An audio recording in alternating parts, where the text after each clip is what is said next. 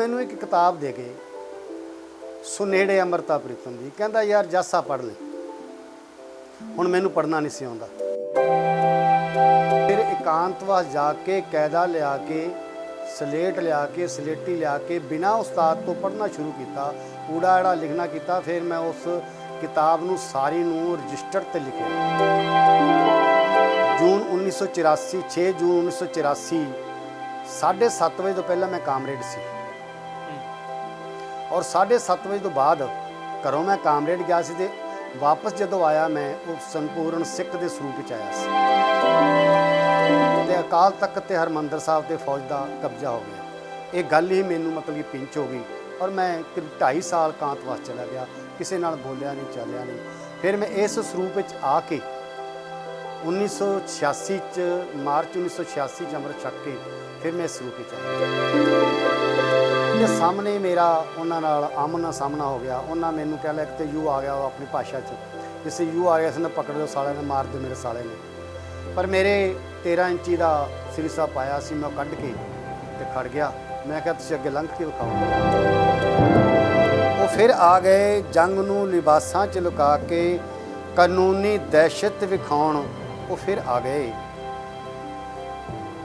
मौरां ते तारे डोलियां ते फीतियां कालरां ते रुतबियां दा रोहब लैके वो फिर आ गए। ये लम्मी कविता है, ये ਉਹਦੇ ਵਿੱਚੋਂ ये फिर कविता निकली। ਉੱਥੋਂ ਤੁਹਾਡੇ फिर हौसले ਵੱਧ ਜਾਂਦੇ ਨੇ। ਉਹ ਕਹਿੰਦੇ ਨੇ ਅਸੀਂ ਇੰਨੀ ਇੰਟਰੋਗੇਸ਼ਨ ਸਹਿ ਕੇ ਆਏ, ਇੰਨੇ ਥਾਣਿਆਂ 'ਚ ਇੰਨਾ ਕੁਛ। ਉਹ ਫਿਰ ਤੁਹਾਡਾ ਜਿਹੜਾ ਦਿਮਾਗ ਹੈ ਉਹ ਫਿਰ ਉੱਧਰ ਤੁਹਾਡੇ ਲੱਗ ਜਾਂਦਾ। ਸੋ ਮੈਂ ਜੇਲ੍ਹ ਨੂੰ ਸੁਧਾਰ ਕਰਨੀ ਵਿਗਾੜ ਕਰ ਸਕਦਾ। ਵਸਦੇ ਜੋ ਦਰਿਆਵਾਂ ਦੇ ਕੰਢੇ ਉਹ ਤਰਨਾ ਜਾਣਦੇ, ਜੰਮੇ ਜੋ ਤਲਵਾਰ ਦੀ ਧਾਰ ਵਿੱਚੋਂ ਉਹ ਮਰਨਾ ਜਾਣਦੇ। ਹੱਕ ਮੰਗਿਆ ਨਹੀਂ ਮਿਲਦੇ, ਹੱਕ ਮੰਗਿਆ ਨਹੀਂ ਮਿਲਦੇ, ਇਹ ਪਤਾ ਹੈ ਹੱਕਾਂ ਲਈ ਉਹ ਲੜਨਾ ਜਾਣਦੇ। ਤੂੰ ਰਵਾਬ ਛੇੜ ਤਿੜਕੇ ਗਿਰਾਂ ਵਸਾਈਏ, ਉਦਾਸ ਮਨੋਂ ਵੀ ਗਾਈਏ ਹਰ ਹਾਲਤ। ਲੋਕਾਂ ਨੇ ਉਸ ਕਾਲੇ ਦੌਰ 'ਚ ਪੈਸਾ ਵੀ ਬੜਾ ਇਕੱਠਾ ਕੀਤਾ ਪਰ ਅਸਾਂ ਗਵਾਇਆ ਹੀ ਹੈ। ਅਮਰ ਸ਼ਾਹ ਦਾ ਖਾਸ ਮਕਾਸ ਹੈ ਅਜੀਤ ਡੋਵਾਲ, ਉਹ ਕਦੇ ਹਰਮੰਦਰ ਸਾਹਿਬ 'ਚ ਬਹਿ ਕੇ ਸਾਰੀ ਮੂਵਮੈਂਟ ਨੂੰ ਅੰਜਾਮ ਦਿੰਦਾ ਰਿਹਾ। 1900 ਜਿਹੜਾ 88 ਵਾਲਾ ਆਪਰੇਸ਼ਨ ਬਲੈਕ ਥੰਡਰ ਹੋਇਆ ਉਹ ਇਸ ਬੰਦੇ ਨੇ ਕਰਵਾਇਆ ਸੀ। ਮੈਨੂੰ ਕੁੱਟਿਆ ਜਾ ਰਿਹਾ ਹੈ, ਮੇਰੇ ਤੇ ਇਲਜ਼ਾਮ ਹੈ ਕੁਝ ਕਤਲਾਂ ਦਾ ਜੋ ਮੈਂ ਕੀਤੇ ਨਹੀਂ, ਤੇ ਉਹ ਕੁੱਟਦੇ ਨੇ ਮੈਨੂੰ ਇਕਬਾਲ ਕਰਨ ਲਈ, ਤੇ ਉਹ ਇਹੀ ਆਖਦੇ ਨੇ ਤੂੰ ਤਾਂ ਮੰਨ ਜਾ, ਸਾਡੀ ਇੱਜ਼ਤ ਦਾ ਸਵਾਲ ਹੈ ਕਾਨੂੰਨ ਕੋਲ ਮੁੱਕਰ ਜਾਣਾ। ਕਾਫਲਾ ਕੋਈ ਗੈਰ ਲੁੱਟਦਾ ਤਾਂ ਗੱਲ ਹੋਰ ਸੀ, ਕਾਫਲੇ ਵਿੱਚ ਕਾਫਲੇ ਦਾ ਚੋਰ ਸੀ। ਵਸਦੇ ਜੋ ਦਰਿਆਵਾਂ ਕੰਢੇ ਉਹ ਤਰਨਾ ਜਾਣਦੇ, ਜੰਮੇ ਜੋ ਤਲਵਾਰ ਦੀ ਧਾਰ ਵਿੱਚੋਂ ਉਹ ਮਰਨਾ ਜਾਣਦੇ। ਵਿਜ਼ਨ ਪੰਜਾਬ ਟੀਵੀ ਦੇਖ ਰਹੇ ਸਾਰੇ ਦਰਸ਼ਕਾਂ ਨੂੰ ਕਰਨਵੀਰ ਸਿੰਘ ਵੱਲੋਂ ਪਿਆਰ ਭਰੀ ਸਤਿ ਸ਼੍ਰੀ ਅਕਾਲ। ਲੈ ਕੇ ਹਾਜ਼ਰ ਪ੍ਰੋਗਰਾਮ ਸਾਹਿਤ ਦੇ ਸੰਗ। ਜਿਨ੍ਹਾਂ ਸਤਰਾਂ ਦੇ ਨਾਲ ਮੈਂ ਇਸ ਪ੍ਰੋਗਰਾਮ ਦੀ ਸ਼ੁਰੂਆਤ ਕੀਤੀ ਹੈ ਉਹ ਪੰਜਾਬ ਦੀ ਤਵਾਰੀਖ ਨੂੰ ਬਾ ਕਮਾਲ ਦੇ ਤਰੀਕੇ ਨਾਲ ਪੇਸ਼ਕਾਰੀ ਕਰਦੀਆਂ ਨੇ। 84 ਦਾ ਦੌਰ ਕਰੀਏ ਭਾਵੇਂ ਇਸ ਤੋਂ ਪਹਿਲੇ ਤਵਾਰੀਖੀ ਇਤਿਹਾਸ ਦੀ ਗੱਲ ਕਰੀਏ ਤਾਂ ਪੰਜਾਬ ਦਾ ਇਤਿਹਾਸ ਇਹੀ ਕਹਿੰਦਾ ਕਿ ਇਸ 'ਤੇ ਜੰਮਿਆਂ ਨੂੰ ਨਿਤ ਮੁਹਿੰਮਾਂ ਨੇ। ਅਤੇ ਸਭ ਤੋਂ ਵੱਡੀ ਗੱਲ ਇਹ ਹੈ ਕਿ ਜੋ ਸਾਡੇ ਪੁਰਖਿਆਂ ਨੇ ਹੰਢਾਇਆ ਉਸ ਨੂੰ ਯਾਦ ਰੱਖਣਾ ਸਾਡੀ ਜ਼ਿੰਮੇਵਾਰੀ ਬਣ ਜਾਂਦਾ। ਅਤੇ ਇਹ ਯਾਦ ਰੱਖਣਾ, ਇਤਿਹਾਸ ਨੂੰ ਆਪਣੇ ਦਿਲ ਵਿੱਚ ਸਮੋ ਕੇ ਰੱਖਣਾ ਹੀ ਸਾਨੂੰ ਭਵਿੱਖ ਵਿੱਚ ਜਿਉਂਦੇ ਰੱਖਣ ਦੀ ਸ਼ਕਤੀ ਬਖਸ਼ਦਾ। ਜੇਕਰ ਕੋਈ ਤੁਹਾਨੂੰ ਕਹਿ ਦਿੰਦਾ ਕਿ ਇਸ ਨੂੰ ਭੁੱਲ ਜਾਓ ਤਾਂ ਉਹ ਤੁਹਾਨੂੰ ਖਤਮ ਕਰਨ ਦੀ ਕੋਈ ਸਾਜ਼ਿਸ਼ ਕਰ ਰਿਹਾ। ਅਤੇ ਅੱਜ ਦੇ ਪ੍ਰੋਗਰਾਮ ਦੇ ਵਿੱਚ ਜਿਸ ਸ਼ਖਸੀਅਤ ਨਾਲ ਅਸੀਂ ਤੁਹਾਡੀ ਮੁਲਾਕਾਤ ਕਰਾਉਣੀ ਹੈ ਉਹਨਾਂ ਨੇ 84 ਦੇ ਸੰਤਾਪ ਨੂੰ ਆਪਣੇ ਹੱਡੀ ਹੰਢਾਇਆ ਅਤੇ ਇਸੇ ਸੰਤਾਪ ਵਿੱਚੋਂ ਉਹਨਾਂ ਦੀ ਕਲਮ ਹੈ ਜਿਹੜੀ ਉਹ ਜਨਮ ਲੈਂਦੀ ਹੈ। ਭਾਵੇਂ ਲਿਖਣ ਦਾ ਸਫ਼ਰ ਇਸ ਤੋਂ ਪਹਿਲਾਂ ਵੀ ਸੀ ਪਰ ਉਸ ਤੋਂ ਬਾਅਦ ਜ਼ਿੰਦਗੀ ਨੇ ਹੀ ਰੁੱਖ ਨੇ ਆਪਣੇ ਆਪ ਨੂੰ ਇੱਕ ਅਲੱਗ ਵਹਿਣ ਵਿੱਚ ਤੋਰ ਲਿਆ। 84 ਤੋਂ ਬਾਅਦ ਜੋ ਦਹਾਕੇ ਗੁਜ਼ਰੇ ਉਸ ਦੇ ਵਿੱਚ ਜੋ ਪੰਜਾਬ ਦੇ ਹਰ ਇੱਕ ਨੌਜਵਾਨ ਨੇ ਸੰਤਾਪ ਹੰਢਾਇਆ ਉਹਨਾਂ ਨੇ ਵੀ ਉਸ ਨੂੰ ਆਪਣੇ ਪਿੰਡੇ 'ਤੇ ਹੰਢਾਇਆ ਅਤੇ ਆਪਣੀ ਕਲਮ ਦੇ ਵਿੱਚ ਬਹੁਤ ਖੂਬਸੂਰਤ ਤਰੀਕੇ ਨਾਲ ਇਸ ਦੀ ਪੇਸ਼ਕਾਰੀ ਕੀਤੀ ਹੈ। ਸੋ ਅੱਜ ਦੇ ਪ੍ਰੋਗਰਾਮ ਦੇ ਵਿੱਚ ਅਸੀਂ ਤੁਹਾਡੀ ਮੁਲਾਕਾਤ ਕਰਾਵਾਂਗੇ ਜਸਵਿੰਦਰ ਸਿੰਘ ਖਹਿਰਾ ਜੀ ਉਹਦੇ ਨਾਲ, ਜਿਨ੍ਹਾਂ ਦੀ ਰਿਹਾਇਸ਼ ਇਸ ਵਕਤ ਪਟਿਆਲਾ ਦੇ ਵਿੱਚ ਹੈ ਭਾਵੇਂ ਉਹਨਾਂ ਦੀਆਂ ਹਜੇ ਕਿਤਾਬਾਂ ਜੋ ਉਹਨਾਂ ਨੇ ਲਿਖੀਆਂ ਨੇ ਉਹ ਕਿਤਾਬ ਦਾ ਰੂਪ ਤਾਂ ਨਹੀਂ ਹਜੇ ਧਾਰਨ ਕਰ ਰਹੀਆਂ, ਪਰ ਆਉਣ ਵਾਲੇ ਸਮੇਂ ਦੇ ਵਿੱਚ ਉਹਨੇ 2 ਕਿਤਾਬਾਂ ਦਰਸ਼ਕਾਂ ਦੇ ਹੱਥਾਂ ਦੇ ਵਿੱਚ ਹੋਣਗੀਆਂ, ਪਾਠਕਾਂ ਦੇ ਹੱਥਾਂ ਵਿੱਚ ਹੋਣਗੀਆਂ। ਅਤੇ ਅੱਜ ਉਹਨਾਂ ਦੀਆਂ ਕਲਮ ਦੀਆਂ ਕਵਿਤਾਵਾਂ ਦੇ ਬਾਰੇ ਗੱਲਬਾਤ ਕਰਾਂਗੇ, ਉਹਨਾਂ ਦੀ ਜ਼ਿੰਦਗੀ ਦੇ ਸਫ਼ਰ ਦੇ ਬਾਰੇ ਗੱਲਬਾਤ ਕਰਾਂਗੇ। ਸੋ ਸਭ ਤੋਂ ਪਹਿਲਾਂ ਸਵਾਗਤ ਕਰ ਲੈਣਾ ਦਾ ਪ੍ਰੋਗਰਾਮ ਸਾਹਿਤ ਦੇ ਸੰਗ ਵਿੱਚ। ਜਸਵਿੰਦਰ ਜੀ, ਪਿਆਰ ਭਰੀ ਸਤਿ ਸ਼੍ਰੀ ਅਕਾਲ ਜੀ। ਸਤਿ ਸ਼੍ਰੀ ਅਕਾਲ ਕਰਨਵੀਰ, ਤੁਹਾਡਾ ਬਹੁਤ ਬਹੁਤ ਸ਼ੁਕਰੀਆ, ਧੰਨਵਾਦ ਵੀਰਾ ਤੁਹਾਡਾ। ਤੇ ਤੁਹਾਡਾ ਸਵਾਗਤ ਕਰਦੇ ਹਾਂ ਪ੍ਰੋਗਰਾਮ ਸਾਹਿਤ ਦੇ ਸੰਗ ਵਿੱਚ। ਸਭ ਠੀਕ ਹੈ? ਸਭ ਚੜ੍ਹਦੀ ਕਲਾ ਜੀ। ਤੇ ਗੱਲ ਇਹ ਆ, ਤੁਹਾਡੀਆਂ ਮੈਂ ਹਾਲੇ ਹੁਣ ਪੜ੍ਹ ਰਿਹਾ ਸੀਗਾ ਹਜੇ ਜਿਹੜੀਆਂ ਤੁਸੀਂ ਲਿਖੀਆਂ ਕਵਿਤਾਵਾਂ ਨੇ, ਭਾਵੇਂ ਹਜੇ ਉਹ ਕਿਤਾਬ ਦਾ ਰੂਪ ਤਾਂ ਨਹੀਂ ਹਜੇ ਧਾਰ ਸਕੀਆਂ, ਪਰ ਜਿਹੜੀਆਂ ਉਹਨਾਂ ਦਾ ਲਿਖਣ ਦਾ ਸਫ਼ਰ ਹੈ, ਕਲਮ ਦਾ ਸਫ਼ਰ ਹੈ, ਉਹ ਕਾਫੀ ਪੁਰਾਣਾ ਹੈ। ਤੇ ਅੱਜ ਹੁਣ ਜਿਹੜਾ ਮਹੀਨਾ ਲੰਘ ਕੇ ਗਿਆ, ਹੁਣ ਜੇ ਚੱਲ ਰਿਹਾ ਹੈ ਜੂਨ ਦਾ, ਜਦੋਂ ਵੀ ਹਰ ਸਾਲ ਜੂਨ ਦਾ ਮਹੀਨਾ ਸ਼ੁਰੂ ਹੁੰਦਾ ਤਾਂ ਸਿੱਖ ਇਤਿਹਾਸ ਦੇ ਵਿੱਚ ਇਹਦੀ ਆਪਣੀ ਇੱਕ ਵੱਡੀ ਮਹੱਤਤਾ ਹੈ। ਗੁਰੂ ਅਰਜਨ ਜਦੋਂ ਸ਼ਹੀਦੀ ਦੀ ਗੱਲ ਕਰਦੇ ਹਾਂ ਤੇ ਕਿੰਨੇ ਹੀ ਆਪਣੇ ਜਿਹੜੇ ਯੋਧੇ ਹੋਏ ਨੇ, ਗੁਰੂ ਹੋਏ ਨੇ, ਇਹਨੇ ਇਸ ਮਹੀਨੇ ਸ਼ਹਾਦਤਾਂ ਕੀਤੀਆਂ।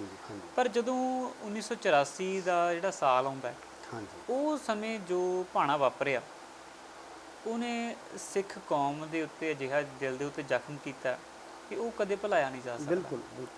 ਤੇ ਉਹ ਇਹੀ ਵਿੱਚੋਂ, ਇਸੇ ਘਟਨਾ ਦੇ ਵਿੱਚੋਂ ਕਿੰਨੀਆਂ ਹੋਰ ਘਟਨਾਵਾਂ ਨੇ ਜਨਮ ਲਿਆ ਜੀ। 2 ਦਹਾਕੇ ਪੰਜਾਬ ਦੀ ਜਵਾਨੀ ਨੇ ਸੰਤਾਪ ਹੰਢਾਇਆ ਤੇ ਹਾਲੇ ਤੱਕ ਇਨਸਾਫ ਮਿਲਣ ਦਾ ਦੂਰ ਦੀ ਗੱਲ ਆ, ਹਾਲੇ ਤੱਕ ਜੋ ਲੋਕਾਂ ਦੇ ਨਾਲ ਉਹ ਭਾਣਾ ਵਾਪਰਿਆ ਸੀ, ਹਜੇ ਵੀ ਉਹਦੇ ਵਿੱਚੋਂ ਗੁਜ਼ਰ ਰਹੇ ਨੇ। ਬਿਲਕੁਲ। ਚਲੋ, ਸਿੱਖ ਕਹਿ ਦੀ ਕੌਮ ਦੀ ਇਹ ਇੱਕ ਵਿਸ਼ੇਸ਼ਤਾ ਹੈ ਕਿ ਤੁਹਾਨੂੰ ਇਹ ਯਾਦ ਰੱਖਣਾ ਜ਼ਰੂਰੀ ਹੈ। ਬਿਲਕੁਲ। ਕਈ ਲੋਕ ਤਾਂ ਕਹਿ ਦਿੰਦੇ ਨੇ ਜੀ ਭੁੱਲ ਜਾਓ, ਪਰ ਸ਼ਾਇਦ ਸਾਡੀ ਖੂਬੀ ਹੀ ਹੈ ਕਿ ਸਾਨੂੰ ਯਾਦ ਰੱਖਣਾ ਆਉਂਦਾ। ਸਾਡੇ ਗੁਰੂਆਂ ਨੇ ਸਾਨੂੰ ਸਿਖਾਇਆ, ਭਾਈ ਯਾਦ ਰੱਖਿਓ, ਕਿਤੇ ਭੁੱਲ ਨਾ ਜਾਇਓ। ਤੇ ਤੁਹਾਡੀਆਂ ਜਦੋਂ ਮੈਂ ਲਿਖਤਾਂ ਪੜ੍ਹਦਾ ਤਾਂ ਤੁਸੀਂ ਉਹਦੇ ਵਿੱਚ 84 ਤੋਂ ਬਾਅਦ ਜੋ ਸੰਤਾਪ ਹੰਢਾਇਆ, ਉਹਦਾ ਪ੍ਰਤੱਖ ਰੂਪ ਵਿੱਚ ਇੱਕ ਤਸਵੀਰ ਹੈ ਜਿਹੜੀ ਉਹ 'ਚ ਨਜ਼ਰ ਆਉਂਦੀ ਹੈ। ਖਾਸ ਤੌਰ 'ਤੇ ਤੁਹਾਡਾ ਇਸ ਲਿਖਣ ਵੱਲ ਆਉਣਾ ਹੀ ਉਸ ਘਟਨਾਕ੍ਰਮ ਕਰਕੇ ਹੁੰਦਾ ਹੈ ਕਿ ਤੁਹਾਡਾ ਸਰੂਪ ਹੈ, ਤੁਹਾਡੀ ਜ਼ਿੰਦਗੀ ਦਾ ਸਫ਼ਰ ਇੱਕਦਮ ਇਹ ਚੀਜ਼ ਤੋਂ ਬਾਅਦ ਬਦਲ ਜਾਂਦਾ ਹੈ। ਤਾਂ ਮੈਂ ਸ਼ੁਰੂਆਤ ਕਰੂੰਗਾ ਵੀ ਕਿ ਆਪਾਂ ਲਿਖਣੇ ਵਾਲੇ ਸੰਬੰਧ ਵਿੱਚ ਕਰੀਏ ਵੀ ਤੁਹਾਡਾ ਕਲਮ ਦਾ ਜਿਹੜਾ ਸਫ਼ਰ ਆ ਕਦੋਂ ਸ਼ੁਰੂ ਹੁੰਦਾ ਤੇ ਕਲਮ ਤੁਹਾਨੂੰ ਕਿਉਂ ਚੁੱਕਣੀ ਪਈ, ਕੀ ਵਜ੍ਹਾ ਇਹਦੀ ਰਹੀ, ਇਹਦੇ ਬਾਰੇ ਸਾਨੂੰ ਦੱਸੋ। ਕਰਨਵੀਰ, ਬਹੁਤ ਤੁਹਾਡਾ ਸ਼ੁਕਰੀਆ ਤੁਹਾਡਾ ਕਿ ਤੁਸੀਂ ਇੱਕ ਸਵਾਲ ਦੇ ਵਿੱਚ ਕਈ ਸਵਾਲ ਕਰ ਗਏ ਹੋ।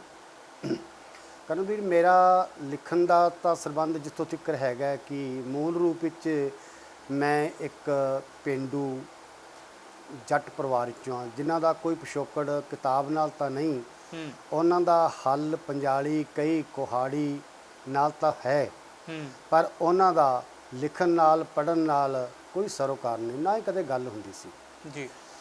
ਇਹ ਵੀ ਇੱਕ ਬਹੁਤ ਵੱਡੀ ਘਟਨਾ ਹੈ ਕਿ ਮੈਂ 1974-75 ਵਿੱਚ ਪੜ੍ਹਨਾ ਸ਼ੁਰੂ ਕੀਤਾ। 1974-75 'ਚ ਮੈਂ ਪੜ੍ਹਨਾ ਸ਼ੁਰੂ ਕੀਤਾ। ਹੋਊਗੀ ਉਦੋਂ ਤੁਹਾਡੀ? ਮੇਰਾ ਜਨਮ ਜਿਹੜਾ 1957 ਦਾ ਹੈ। 57 ਦਾ, ਠੀਕ। 15 ਅਗਸਤ 1957 ਦਾ ਜੀ। ਮੈਂ ਭਰ ਜਵਾਨ ਸੀ ਔਰ ਮੇਰੇ ਡੌਲਿਆਂ 'ਚ ਪੂਰਾ ਦਮ ਸੀ। ਮੈਂ 2-2 ਗੱਡੇ ਪੱਠੇ ਜਿਹੜਾ ਸੀ ਇਕੱਲਾ ਕੁਤਰ ਜਾਂਦਾ ਹੁੰਦਾ ਸੀ। ਤਾਂ ਉਸ ਇੰਨੀ ਜਵਾਨੀ ਵਿੱਚੋਂ, ਉਸ ਇੰਨੇ ਗਰੂਰ ਦੇ ਵਿੱਚੋਂ ਮੈਂ ਕਿਵੇਂ ਪਰਤਿਆ ਪੜ੍ਹਨ ਵੱਲ, ਇਸ ਸੂਖਮ ਜੀ ਕਲਾ ਵੱਲ ਕਿਵੇਂ ਪਰਤਿਆ, ਇੱਕ ਬਹੁਤ ਮਹੱਤਵਪੂਰਨ ਘਟਨਾ ਹੈ। ਮੇਰੇ ਦੋਸਤ ਨੇ ਡਾਕਟਰ, ਅੱਜ ਕੱਲ੍ਹ ਉਹ ਪੰਜਾਬੀ ਯੂਨੀਵਰਸਿਟੀ ਤੋਂ ਰਿਟਾਇਰ ਹੋਏ, ਡਾਕਟਰ ਜੋਗਾ ਸਿੰਘ ਵਿਰਕ, ਉਹ ਮੇਰੇ ਮਿੱਤਰ ਨੇ ਜੀ। ਉਹ ਮੈਨੂੰ ਇੱਕ ਕਿਤਾਬ ਦੇ ਕੇ, ਸੁਨੇੜੇ ਅੰਮ੍ਰਿਤਾ ਪ੍ਰੀਤਮ ਦੀ, ਕਹਿੰਦਾ ਯਾਰ ਜਾਸਾ ਪੜ੍ਹ ਲਈ। ਹੁਣ ਮੈਨੂੰ ਪੜ੍ਹਨਾ ਨਹੀਂ ਸੀ ਆਉਂਦਾ। ਕਰਨਵੀਰ, ਮੈਂ ਉਹ ਫਿਰ ਇਕਾਂਤਵਾਸ ਜਾ ਕੇ ਕਾਇਦਾ ਲਿਆ ਕੇ, ਸਲੇਟ ਲਿਆ ਕੇ, ਸਲੇਟੀ ਲਿਆ ਕੇ, ਬਿਨਾਂ ਉਸਤਾਦ ਤੋਂ ਪੜ੍ਹਨਾ ਸ਼ੁਰੂ ਕੀਤਾ, ਊੜਾ ਐੜਾ ਲਿਖਣਾ ਕੀਤਾ। ਫਿਰ ਮੈਂ ਉਸ ਕਿਤਾਬ ਨੂੰ ਸਾਰੀ ਨੂੰ ਰਜਿਸਟਰ 'ਤੇ ਲਿਖਿਆ ਜੀ। ਸ਼ਬਦ ਜੋੜ ਦਾ ਮੈਨੂੰ ਉੱਥੋਂ ਅਭਿਆਸ ਆਇਆ ਔਰ ਮੈਂ ਬਹੁਤ ਛੇਤੀ ਇਹ 2 ਸਾਲਾਂ ਦੇ ਵਿੱਚ ਮੈਂ ਸ਼ਬਦ ਜੋੜ ਸਿੱਖ ਗਿਆ। ਤਾਂ ਉਸ ਤੋਂ ਬਾਅਦ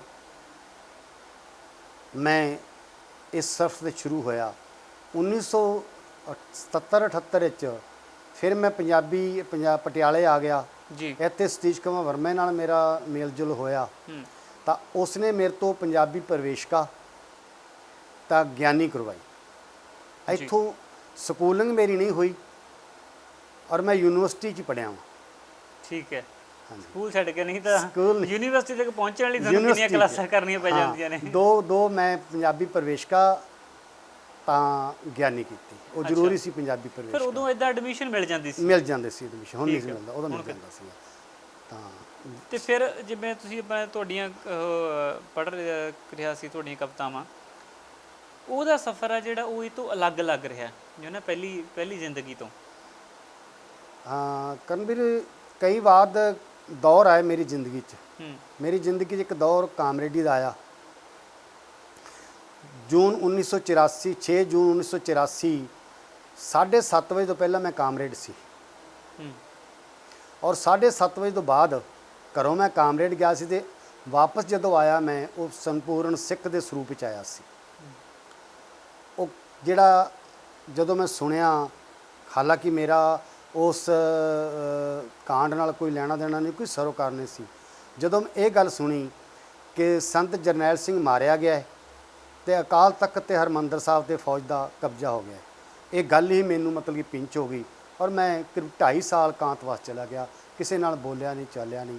ਫਿਰ ਮੈਂ ਇਸ ਸਰੂਪ ਵਿੱਚ ਆ ਕੇ 1986 'ਚ ਮਾਰਚ 1986 'ਚ ਅੰਮ੍ਰਿਤ ਛਕ ਕੇ ਫਿਰ ਮੈਂ ਇਸ ਸਰੂਪ ਵਿੱਚ ਆ ਗਿਆ। ਉਹ ਜਿਹੜਾ ਮੇਰਾ ਕਾਮਰੇਡ ਵਾਲਾ ਦਿਮਾਗ ਸੀ ਉਹ ਮੇਰਾ 2 ਮਿੰਟ 'ਚ ਵਾਸ਼ ਹੋ ਗਿਆ। ਉਹ ਤੋਂ ਪਹਿਲਾਂ ਤੁਹਾਡੀ ਜਿਹੜੀ ਸੋਚ ਸੀ ਉਦੋਂ ਮੂਵਮੈਂਟ ਨੂੰ ਲੈ ਕੇ, ਜੋ ਜਰਨਲ ਸਿੰਘ ਖਾਲਸਾ ਪਿੰਡਰਾਂ ਵੱਲੋਂ ਸ਼ੁਰੂ ਕੀਤੀ ਗਈ ਸੀ ਤੇ ਜਿਵੇਂ ਦੇ ਹਾਲਾਤ ਸੀ, ਉਸ ਸੰਬੰਧੀ ਤੁਹਾਡੀ ਕੀ ਸੋਚ ਸੀ? ਕੁਝ ਨਹੀਂ ਸੀ, ਬਿਲਕੁਲ ਨਿਊਟਰਲ ਸੀ। ਕਦੇ ਅਖਬਾਰਾਂ ਪੜ੍ਹ ਲੈਣਾ, ਮਿੱਤਰਾਂ ਨਾਲ ਗੱਲਾਂ ਕਰ ਲੈਣੀਆਂ, ਇਸ ਤੋਂ ਬਾਅਦ ਕੁਝ ਨਹੀਂ ਸੀ। ਤੇ ਇਹ ਜੋ ਘਟਨਾਕ੍ਰਮ ਹੋਇਆ, ਕਿਉਂਕਿ ਭਿੰਡਰਾਂ ਵਾਲੇ ਜੀ ਅਕਸਰ ਆਪਣੇ 'ਚ ਕਹਿੰਦੇ ਸੀ ਵੀ ਜਿੱਦਣ ਇਸ ਸਮੇਂ ਦੀ ਸਰਕਾਰ ਨੇ, ਹਕੂਮਤ ਨੇ ਤੁਹਾਡੇ ਅਕਾਲ ਤਖਤ ਸਾਹਿਬ ਤੇ ਤੁਹਾਡੇ ਗੁਰੂ ਘਰ ਤੇ ਹਮਲਾ ਕਰਤਾ, ਤਾਂ ਉਦੋਂ ਤੋਂ ਮਤਲਬ ਇਹ ਚੀਜ਼ ਨਾਲ ਤੁਸੀਂ ਨਾਤਾ ਤੋੜਦੇ ਹੋ। ਬਿਲਕੁਲ ਇਹ ਸੱਚ ਹੋਇਆ ਕਿ ਇੱਕ ਮੈਂ ਨਾਸਤਕ ਬੰਦਾ ਕੁਝ ਹੀ ਸਕਿੰਟਾਂ ਦੇ ਵਿੱਚ ਹੀ ਆਸਤਕ ਹੋ ਗਿਆ। ਇਹ ਉਹ ਘਟਨਾ ਦੀ ਅਸਰ ਸੀ। ਤੇ ਫਿਰ 1986 ਤੁਸੀਂ ਕਿਹਾ ਵੀ ਤੁਸੀਂ ਅੰਮ੍ਰਿਤ ਛਕਿਆ, ਮੈਂ ਕਿੱਥੇ? ਅੰਮ੍ਰਿਤਸਰ ਸਪੈਸ਼ਲ ਅੰਮ੍ਰਿਤ ਛਕਣ ਵਾਸਤੇ ਗਿਆ। ਉਦੋਂ ਸਾਰੀ ਵੀ ਹੋ ਰਹੀ ਸੀ। ਉਦੋਂ ਅਕਾਲ ਤਖਤ ਦਾ ਜਿਸ ਦਿਨ ਨੀਂਹ ਪੱਥਰ 16 ਮਾਰਚ 1986 ਨੂੰ ਇਹਦਾ ਸੰਗੇ ਬੁਨਿਆਦ ਰੱਖਿਆ ਗਿਆ ਦੁਬਾਰਾ, ਉਸ ਦਿਨ ਮੈਂ ਉੱਥੇ ਸੀ। ਉਸੇ ਦਿਨ ਮੈਂ ਅੰਮ੍ਰਿਤ ਛਕਿਆ। ਤੇ ਉਸ ਤੋਂ ਬਾਅਦ ਫਿਰ ਜੀਵਨ ਜਿਹੜਾ ਸਫ਼ਰ ਉਹ ਕਿੱਦਾਂ ਚੱਲ ਰਿਹਾ? ਫਿਰ ਜੀਵਨ ਮੇਰਾ ਨਿਤਨੇਮ ਨਾਲ ਮੈਂ ਜੁੜ ਗਿਆ। ਪਾਠ ਕਰਨਾ, ਪਾਠ ਆਉਂਦਾ ਨਹੀਂ ਸੀ, ਪਰ ਮੈਂ ਹੌਲੀ ਹੌਲੀ ਕਦੇ ਮਤਲਬ ਕਿ ਉਹਨੂੰ 2-2 3-3 ਘੰਟੇ 4-4 ਘੰਟੇ ਮੈਂ ਬਾਣੀ ਪੜ੍ਹਨੀ ਅਭਿਆਸ ਵਿੱਚ ਫਿਰ ਆ ਗਈ। ਤੇ ਫਿਰ ਕਰਨਵੀਰ ਇੱਕ ਬੜੀ ਘਟਨਾ ਵਾਪਰੀ ਮੇਰੇ ਨਾਲ, ਹੋਰ ਇੱਕ ਘਟਨਾ ਵਾਪਰੀ 1987 ਜਨਵਰੀ 1987 'ਚ ਹੁਸ਼ਿਆਰਪੁਰ ਦੇ ਏਰੀਏ ਵਿੱਚ ਅੱਤਵਾਦੀਆਂ ਨੇ ਕੁਝ ਹਿੰਦੂ ਜੈਂਟਲਮੈਨ ਮਾਰ ਦਿੱਤੇ। ਉਹਦੇ ਮੇਰਾ ਪਿਛੋਕੜ ਅਸੰਧ ਹਰਿਆਣੇ ਤੋਂ ਹੈ, ਜ਼ਿਲ੍ਹਾ ਕਰਨਾਲ। ਤਾਂ ਮੈਂ ਆਪਣੇ ਖੇਤਾਂ 'ਚੋਂ ਕੋਈ ਕੰਮ ਕਰਨ ਗਿਆ ਸੀ ਸ਼ਹਿਰ, ਤਾਂ ਉਹਨਾਂ ਨੇ ਉੱਥੇ ਜਲੂਸ ਕੱਢਿਆ ਹੋਇਆ ਸੀ ਕੁੱਤਾ ਮਾਰ ਕੇ। ਤਾਂ ਬਿਲਕੁਲ ਥਾਣੇ ਦਾ ਇੱਕ ਸਾਡਾ ਥਾਣਾ ਹੈ, ਰੋਡ ਦੇ ਨਾਲ ਹੈ, ਉਹਦੇ ਸਾਹਮਣੇ ਮੇਰਾ ਉਹਨਾਂ ਨਾਲ ਆਮਣਾ ਸਾਹਮਣਾ ਹੋ ਗਿਆ। ਉਹਨਾਂ ਮੈਨੂੰ ਕਹਿ ਲਿਆ ਇੱਕ ਤੇ ਯੂ ਆ ਗਿਆ, ਉਹ ਆਪਣੀ ਭਾਸ਼ਾ 'ਚ, ਇਸ ਯੂ ਆ ਗਿਆ, ਇਸਨੇ ਪਕੜ ਲਿਓ ਸਾਲੇ ਨੇ, ਮਾਰ ਦਿਓ ਮੇਰੇ ਸਾਲੇ ਨੇ। ਪਰ ਮੇਰੇ 13 ਇੰਚੀ ਦਾ ਸ੍ਰੀ ਸਾਹਿਬ ਪਾਇਆ ਸੀ, ਮੈਂ ਕੱਢ ਕੇ ਤੇ ਖੜ ਗਿਆ। ਮੈਂ ਕਿਹਾ ਤੁਸੀਂ ਅੱਗੇ ਲੰਘ ਕੇ ਵਿਖਾਓ। ਤਾਂ ਇਹਨੇ ਚਿਰ ਨੂੰ ਥਾਣਾ ਕੋਲ ਸੀ, ਪੁਲਿਸ ਆ ਗਈ, ਮੈਨੂੰ ਥਾਣੇ ਲੈ ਗਈ। ਬਸ ਉਹ ਅੱਗੇ ਲੰਘ ਗਏ, ਮੈਂ ਵਾਪਸ ਚਲਾ ਗਿਆ। ਦੂਜੀ ਗਲੀ 'ਚ ਆ ਕੇ ਮੈਂ ਗੁਰਦੁਆਰਾ ਸਾਹਿਬ ਦੀ ਅਨਾਉਂਸਮੈਂਟ ਕੀਤੀ। ਅਨਾਉਂਸਮੈਂਟ ਕਰਕੇ ਅਸੀਂ ਉੱਥੇ ਇਕੱਠ ਕਰ ਲਿਆ। ਅਗਲੇ ਦਿਨ ਅਸੀਂ ਉਹਨਾਂ ਦੇ ਖਿਲਾਫ ਇੱਕ ਕਨਵੈਨਸ਼ਨ ਰੱਖ ਲਈ ਗੁਰਦੁਆਰਾ ਸਾਹਿਬ ਵਿੱਚ। ਉਹ ਬਹੁਤ ਵਧੀਆ ਕਨਵੈਨਸ਼ਨ ਹੋਈ। ਜਿਨ੍ਹਾਂ ਲੋਕਾਂ ਨੇ ਉਹ ਜਲੂਸ ਕੱਢਿਆ ਸੀ, ਮਾਰਚ ਕੀਤਾ ਸੀ, ਉਹਨਾਂ ਦੇ ਖਿਲਾਫ ਅਸੀਂ ਆਖਿਆ ਵੀ ਇਹਨਾਂ ਤੋਂ ਸੌਦਾ ਪੱਤਾ ਲੈਣਾ ਸਾਰਾ ਬੰਦ ਕਰ ਦਿਓ, ਤਾਂ ਇਹਨਾਂ ਨੂੰ ਪਿੰਡਾਂ 'ਚ ਨਾ ਵੜਨ ਦਿਓ।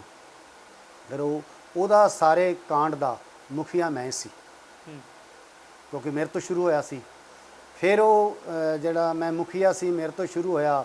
ਫਿਰ 1987 ਅਪ੍ਰੈਲ 1987 'ਚ ਕੁਝ ਇਹਨਾਂ ਜਿਹੜੇ ਖਾਲਿਸਤਾਨ ਕਮਾਂਡੋ ਫੋਰਸ ਨੇ ਇਸ਼ਤਿਹਾਰ ਕੱਢੇ ਸਮਾਜ ਸੁਧਾਰ ਵਾਲੇ, ਉਹ ਸੁਧਾਰ ਕੱਢੇ ਤਾਂ ਉਹ ਗੁਰਦੁਆਰੇ ਦੀ ਡਿਊਟੀ 'ਚ ਲਾ ਦਿੱਤੇ।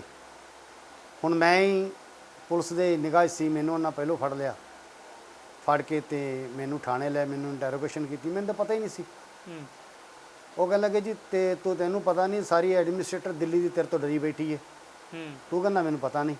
ਮੈਂ ਕਿਹਾ ਜੀ ਮੈਂ ਤਾਂ ਆਪਣਾ ਕੰਮ ਕਰਨਾ, ਮੈਂ ਤਾਂ ਕੁਝ ਖੇਤਾਂ 'ਚ ਕੰਮ ਕਰਨਾ ਵਾ, ਤੇ ਤੁਸੀਂ ਵੇਖ ਲਓ ਮੈਂ ਤਾਂ ਕਣਕ ਦੇ ਵਾਢੇ ਲੈ ਕੇ ਆਇਆ ਹਾਂ, ਮੈਂ ਨਹੀਂ ਲਾਇਆ। ਚਲੋ ਯਾਨੀ ਉਹ ਬੰਦੇ ਫੜੇ ਵੀ ਗਏ, ਪਰ ਮੈਨੂੰ ਇਹਨਾਂ 6 ਮਹੀਨੇ ਜੇਲ੍ਹ 'ਚ, ਕਰਨਾਲ ਜੇਲ੍ਹ 'ਚ ਟਾਟਾ ਲਾ ਕੇ ਘੱਲ ਦਿੱਤਾ। ਫਿਰ ਉੱਥੋਂ ਮੇਰੀ ਹਾਈ ਕੋਰਟ 'ਚ ਜ਼ਮਾਨਤ ਹੋਈ।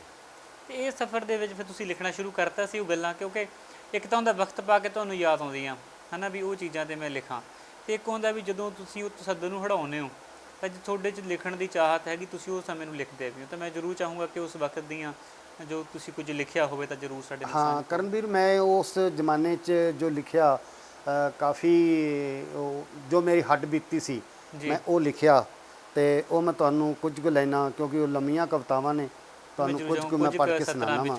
ਹਾਂਜੀ ਹਾਂਜੀ, ਕਿਉਂਕਿ ਹਜੇ ਕਿਤਾਬ ਦਾ ਰੂਪ ਤਾਂ ਤੁਹਾਡੀ ਕਹਿੰਦੇ ਨੇ ਲਿਆ ਨਹੀਂ ਲਿਖਤਾ ਨਹੀਂ। ਇਹ ਖਰੜਾ ਹੈ ਮੇਰੇ ਕੋਲ ਜੀ। ਇਹ ਕੀ ਇਹਦੀ ਸ਼ੁਰੂਆਤ ਹੁੰਦੀ ਏ, ਉਹ ਫਿਰ ਆ ਗਏ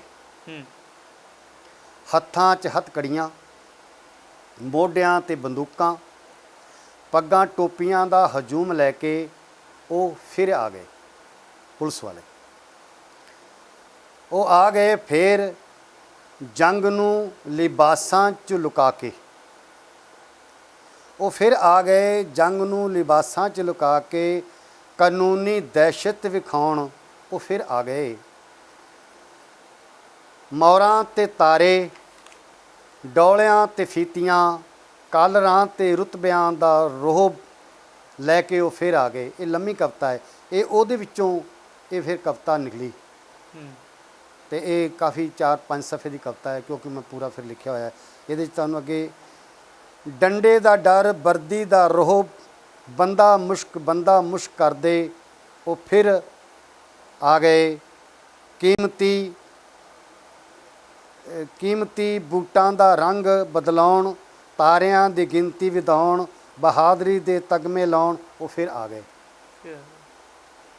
ਬਿਆਨ ਕਰਦੇ ਉਸ ਸਮੇਂ ਤੁਹਾਨੂੰ ਵੀ ਕਿੱਦਾਂ ਆਪਣੀਆਂ ਵਰਦੀ ਉੱਤੇ ਤਾਰੇ ਫੀਤੀਆਂ ਲਵਾਉਣ ਦੇ ਲਈ ਬੇਕਸੂਰ ਨੌਜਵਾਨਾਂ ਦਾ ਕਤਲ। ਬੂਟਾਂ ਦਾ ਰੰਗ ਬਦਲਣਾ ਮਤਲਬ ਕਿ ASI ਤੋਂ ਥਾਣੇਦਾਰ ਬਣਨਾ, ਕਾਲੇ ਰੰਗ ਤੋਂ ਲਾਲ ਰੰਗ 'ਤੇ ਆਉਣਾ, ਮੋਢਿਆਂ 'ਤੇ ਫੀਤੀਆਂ ਵਧਾਉਣੀਆਂ, ਸਿਪਾਹੀ ਨੇ ਹੌਲਦਾਰ ਬਣਨਾ। ਇਹ ਤੁਸੀਂ ਕਦੋਂ ਲਿਖੀ ਹੈ? ਇਹ ਮੈਂ ਜਦੋਂ 1987 'ਚ ਫਿਰ ਜਦੋਂ ਬਾਹਰ ਆਇਆ, ਫਿਰ ਹਰ ਮਤਲਬ ਕਿ ਪੁਲਿਸ ਦਾ ਤਾਂ ਇੱਕ ਐਡਰੈਸ ਬਣ ਗਿਆ ਸੀ ਮੇਰਾ। ਜਦੋਂ ਵੀ ਘਟਨਾ ਵਾਪਰਨੀ, ਕਿਉਂਕਿ ਉੱਥੇ ਹੋਰ ਤੱਕ ਬੰਦਾ ਹੈ ਨਹੀਂ ਸੀ, ਜਦੋਂ ਵੀ ਘਟਨਾ ਵਾਪਰਨੀ ਉਹਨਾਂ ਮੇਰੇ ਕੋਲ ਆ ਜਾਣਾ। ਤਾਂ ਮੈਂ ਤਾਂ ਲਿਖਿਆ ਕਿ ਉਹ ਫਿਰ ਆ ਗਏ, ਕਿਉਂਕਿ ਵਾਰ-ਵਾਰ ਆ ਰਹੇ ਨੇ। ਉਹ ਫਿਰ ਆਉਣ ਦਾ ਮਤਲਬ ਕਿ ਉਹ ਵਾਰ-ਵਾਰ ਆ ਰਹੇ ਨੇ। ਸੋ ਇਹ ਉਸ ਪਰਿਪੇਖ 'ਚੋਂ ਫਿਰ ਇਹ ਕਵਿਤਾ ਲਿਖੀ। ਤੇ ਤੁਹਾਡੇ ਜਿਵੇਂ ਤੁਸੀਂ ਇੱਕ ਦੱਸਿਆ ਵੀ ਤੁਹਾਨੂੰ ਇਸ ਕਰਕੇ ਜੇਲ੍ਹ ਦੇ ਵਿੱਚ ਵੀ ਜਾਣਾ ਪਿਆ, ਤਾਂ ਉੱਥੇ ਵੀ ਕਿੰਨਿਆਂ ਦੇ ਨਾਲ ਮੁਲਾਕਾਤ ਹੁੰਦੀ ਹੈ, ਹੈ ਨਾ? ਤੁਸੀਂ ਇਕੱਲੇ ਨਹੀਂ ਹੁੰਦੇ, ਕਈ ਵਾਰ ਹੁੰਦਾ ਉਸ ਤੋਂ ਜ਼ਿਆਦਾ ਜਿਨ੍ਹਾਂ ਨੇ ਦਰਦ ਹੰਢਾਇਆ ਉਹ ਤੁਹਾਡੇ ਸੰਪਰਕ 'ਚ ਆਉਂਦੇ ਨੇ, ਤੁਹਾਨੂੰ ਹੁੰਦਾ ਵੀ ਕਿੰਨਾ ਜਿਹੜਾ ਜ਼ੁਲਮ ਹੋ ਰਿਹਾ। ਅਜਿਹੀ ਕੋਈ ਘਟਨਾ ਮੈਂ ਜ਼ਰੂਰ ਚਾਹੂੰਗਾ ਜੇ ਤੁਸੀਂ ਸਾਡੇ ਨਾਲ ਸਾਂਝੀ ਕਰੋ। ਕਰਮਵੀਰ, ਦਰਅਸਲ ਕ੍ਰਾਈਮ ਦਾ ਮੋਢੀ ਜੇਲ੍ਹ ਵੱਜਦੀ ਹੈ। ਜਦੋਂ ਤੁਸੀਂ ਕ੍ਰਿਮੀਨਲ ਨੂੰ, ਕਿਸੇ ਨੂੰ ਵੀ ਜਾਂ ਨਿਰਦੋਸ਼ ਨੂੰ ਜੇਲ੍ਹ 'ਚ ਘੱਲਦੇ ਹੋ, ਉੱਥੇ ਸੁਧਾਰ, ਬਾਹਰ ਤੇ ਲਿਖਿਆ ਹੈ ਸੁਧਾਰ ਕਰ, ਨਹੀਂ ਉਹ ਵਿਗਾੜ ਕਰ ਹੈ, ਕਿਉਂਕਿ ਉੱਥੇ ਹਰ ਕਿਸਮ ਦਾ ਫਿਰ ਬੰਦਾ ਹੁੰਦਾ। ਮੈਂ ਜਦੋਂ 1987 ਜੇਲ੍ਹ ਗਿਆ ਤਾਂ ਸਾਡੇ ਇੱਕ ਉੱਥੇ ਵੇਦਪਾਲ 'ਤੇ ਗੋਲੀ ਚੱਲੀ ਸੀ ਹਰਿਆਣੇ 'ਚ 1983 'ਚ। ਤਾਂ ਉਹ ਬੰਦੇ ਸੁੱਖਾ ਅਤੇ ਗੁਰਮੇਲ ਸਿੰਘ ਉਹ ਵੀ ਉਸ ਜੇਲ੍ਹ 'ਚ ਬੰਦ ਸਨ। ਉਹ ਫਿਰ ਉੱਥੇ ਮੈਨੂੰ ਮਿਲੇ। ਉਹ ਕਹਿਣ ਲੱਗੇ ਯਾਰ ਤੈਂ ਤਾਂ ਜਨਰਲ ਲਾਭ ਸਿੰਘ ਵਰਗਾ ਲੱਗਣਾ ਹੈ। ਹਾਂਜੀ, ਅਤੇ ਇਸ ਤਰ੍ਹਾਂ ਕਰਕੇ ਅਸੀਂ ਵੀ ਉਹ ਕਾਂਡ ਕੀਤਾ ਸੀ। ਉੱਥੋਂ ਤੁਹਾਡੇ ਫਿਰ ਹੌਸਲੇ ਵੱਧ ਜਾਂਦੇ ਨੇ। ਉਹ ਕਹਿੰਦੇ ਨੇ ਅਸੀਂ ਇੰਨੀ ਇੰਟੈਰੋਗੇਸ਼ਨ ਸਹਿ ਕੇ ਆਏ, ਇੰਨੇ ਥਾਣਿਆਂ 'ਚ ਇੰਨਾ ਕੁਛ, ਉਹ ਫਿਰ ਤੁਹਾਡਾ ਜਿਹੜਾ ਦਿਮਾਗ ਹੈ ਉਹ ਫਿਰ ਉੱਧਰ ਤੁਹਾਡੇ ਲੱਗ ਜਾਂਦਾ। ਸੋ ਮੈਂ ਜੇਲ੍ਹ ਨੂੰ ਸੁਧਾਰ ਕਰਨੀ, ਵਿਗਾੜ ਕਰ ਸਕਦਾ ਕਹਿੰਦਾ ਉਹਨਾਂ ਨੂੰ। ਮੈਂ ਕਹੂੰਗਾ ਹੋਰ ਇੱਕ ਦੋ ਤੁਸੀਂ ਜੋ ਸਾਂਝ ਜ਼ਰੂਰ ਪਾਓ ਉਸ ਵਕਤ ਦੀਆਂ ਕੁਝ ਲਿਖਤਾਂ ਦੇ ਨਾਲ।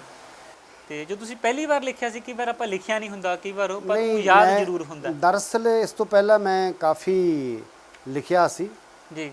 ਹਾਂਜੀ ਹਾਂਜੀ। ਇਸ ਮੋਸਟਲੀ ਜਿਹੜੀ ਤੁਹਾਡੀ ਰਚਨਾਵਾਂ ਨੇ ਉਹ ਫਿਰ ਇਸ ਮੂਵਮੈਂਟ ਦੇ ਆਧਾਰਿਤ ਨੇ ਜਾਂ ਫਿਰ ਇਸ ਤੋਂ ਹਟ ਕੇ ਵੀ ਨਹੀਂ ਤੁਸੀਂ ਹਟ ਕੁਝ- ਕੇ ਵੀ ਨਹੀਂ ਮੈਂ ਠੀਕ ਇੱਕ ਕਵਿਤਾ, ਮੇਰੀ ਕਵਿਤਾ ਦਾ ਸਿਰਲੇਖ ਹੈ ਹਿਸਾਬ। ਹਿਸਾਬ ਜੀ।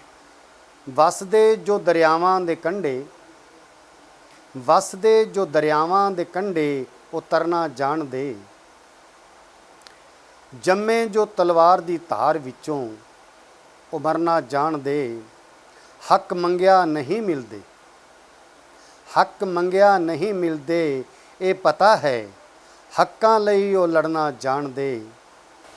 ਹਥਿਆਰ ਪੀਰ ਸਾਡੇ, ਜੰਗ ਧਰਮ ਅਸਾਡਾ, ਬੜੀ ਹੈ ਭੇਤ ਭਰੀ ਗੱਲ ਲੋਕ ਜਾਣਦੇ। ਵਸਦੇ ਜੋ ਦਰਿਆਵਾਂ ਦੇ ਕੰਢੇ, ਉਤਰਨਾ ਤਰਨਾ ਜਾਣਦੇ। ਜਾਣਦੇ। ਸੋ ਜੰਮੇ ਜੋ ਉਸ ਮੂਮੈਂਟ ਤਲਵਾਰ ਦੀ ਧਾਰ ਦਾ, ਇਹ ਵਿੱਚੋਂ ਮੂਮੈਂਟ ਦਾ ਮਰਨਾ ਸੀ ਜਾਣਦੇ। ਕਿ ਜੋ ਵਸਦੇ, ਜੋ ਜੰਮੇ ਤਲਵਾਰ ਦੀ ਧਾਰ ਵਿੱਚੋਂ, ਮਰਨ ਜਾਣਦੇ। ਉਹ ਮਰਨਾ ਜਾਣਦੇ। ਇਹ ਕਹਿੰਦਾ ਖਾਲਸੇ ਦਾ ਜਨਮ ਖੰਡੇ ਦੀ ਧਾਰ ਚੋਂ ਖੰਡੇ ਹੋਇਆ। ਧਾਰ ਵਿੱਚੋਂ। ਜੀ ਖਾਲਸਾ ਜੀ, ਹੁਣ ਤੱਕ ਕਿੰਨੀਆਂ ਤੁਸੀਂ ਜਿਹੜੀਆਂ ਲਿਖਤਾਂ ਲਿਖ ਚੁੱਕੇ ਹੋ? ਜਿਵੇਂ ਤੁਸੀਂ ਦੱਸਿਆ ਵੀ 2 ਕਿਤਾਬਾਂ ਤੁਹਾਡੀਆਂ ਹਜੇ ਉਹਨੇ ਕਿੰਨੀਆਂ ਕੁ ਲਿਖ ਚੁੱਕੇ ਹੁਣ ਤੱਕ? ਕਵਿਤਾਵਾਂ ਮੇਰੀਆਂ ਕਰਨਵੀਰ ਜਿਹੜੀਆਂ ਮੈਂ ਸ਼ੁਰੂਆਤ 'ਚ ਲਿਖੀਆਂ, ਉਹਨਾਂ 'ਚੋਂ ਮੈਂ ਬਹੁਤ ਘੱਟ ਕਵਿਤਾਵਾਂ ਰੱਖੀਆਂ ਨੇ ਹੂੰ ਜਿਹੜੀਆਂ ਸਮਾਜ ਨਾਲ ਰਿਲੇਟਡ ਸਨ, ਹੂੰ ਜਾਂ ਮੇਰੇ ਬਹੁਤ ਨੇ ਜੇ ਕਈ ਵਾਰ ਬਹੁਤ ਕੱਚਾ ਪੱਲਾ ਲਿਖਿਆ ਜਾਂਦਾ, ਸ਼ੁਰੂ ਕੱਚਾ ਪੱਲਾ ਲਿਖਿਆ ਜਾਂਦਾ ਹੈ, ਜੀ ਫਿਰ ਉਹ ਜੇ ਸ਼ੁਰੂ ਤੇ ਛਪ ਜਾਏ ਤਾਂ ਤਾਂ ਚੰਗਾ ਛਪ ਗਿਆ। ਲੱਗਦਾ ਹੈ, ਤਾਂ ਛਪ ਪਰ ਜਦੋਂ ਉਹਦੇ 'ਚ ਵਖਵਾ ਪੈ ਜੇ ਹੂੰ। ਤੇ ਫਿਰ ਉਹ ਚੰਗਾ ਨਹੀਂ ਹੁਣ ਲੱਗਦਾ। ਜਿਵੇਂ ਆ ਤੁਹਾਨੂੰ ਵੀ ਉਮਰ ਦੇ ਚੰਗਾ ਵਿੱਚ ਲੱਗਦਾ। ਜੇ ਕੋਈ ਕਹੇ ਵੀ ਮੈਂ ਜਵਾਨੀ ਵਾਲੀ ਚੀਜ਼ ਹਾਂਜੀ, ਲਿਖ ਹਾਂਜੀ। ਦਵਾਂ ਤਾਂ ਉਹ ਆਪਣੇ ਆਪ ਨੂੰ ਉਹ ਚੀਜ਼ ਹਾਂ, ਲੱਗਦੀ ਹੈ। ਉਹਦੇ ਵਿੱਚ ਮੇਰਾ ਇੱਕ ਮੈਂ 1977 'ਚ ਗੀਤ ਲਿਖਿਆ ਸੀ, ਉਹ ਮੈਂ ਪ੍ਰੀਤਨਗਰ ਗੀਤ ਲਿਖਿਆ ਸੀ, ਜਦੋਂ ਮੈਂ ਪ੍ਰੀਤਨਗਰ ਪ੍ਰੀਤਲੜੀ 'ਚ ਜੌਬ ਕਰ ਰਿਹਾ ਸੀ। ਅੱਛਾ, ਤੁਸੀਂ ਉਹ ਜੀ ਨੌਕਰੀ ਵੀ ਕੀਤੀ ਪ੍ਰੀਤਲੜੀ 'ਚ? ਹਾਂਜੀ, ਮੈਂ ਤੇ ਪਰਮਿੰਦਰਜੀਤ ਨੇ, ਅੱਖਰ ਵਾਲੇ ਨੇ, ਅੱਛਾ ਅਸੀਂ ਇਕੱਠੇ ਹੀ ਉੱਥੇ ਪ੍ਰੀਤਨਗਰ ਜੌਬ ਕੀਤੀ ਪ੍ਰੀਤਲੜੀ ਦੀ। ਜੀ ਉਦੋਂ ਗੁਰਬਖਸ਼ ਸਿੰਘ ਤਾਂ ਮਰ ਗਿਆ ਸੀ ਤੇ ਨਵਤੇਜ ਜਿਹੜਾ ਸੀ ਇਹਦੇ ਕੋਲ ਕੀਤੀ ਸੀ। ਠੀਕ ਹੈ ਜੀ, ਭਰਤੀ। ਹਾਂਜੀ ਹਾਂਜੀ, ਤਾਂ ਉਹਦੇ ਵਿੱਚ ਉੱਥੇ ਇੱਕ ਈਸਾਈਆਂ ਦੀ ਕੁੜੀ ਸੀ। ਹੂੰ ਮੇਰਾ ਉਹਦੇ ਨਾਲ ਉਸ ਜ਼ਮਾਨੇ 'ਚ ਇਹ ਨਹੀਂ ਸੀ ਹੁੰਦਾ ਕਿ ਤੁਸੀਂ ਸਰੀਰਕ ਸਾਂਝਾ ਕਰੋ, ਹੂੰ ਤਾਂ ਉਹ ਸਾਡੀ ਵੈਸੇ ਹੀ ਉਹ ਸਾਡੀ ਭਾਵਕਤਾ ਸੀ।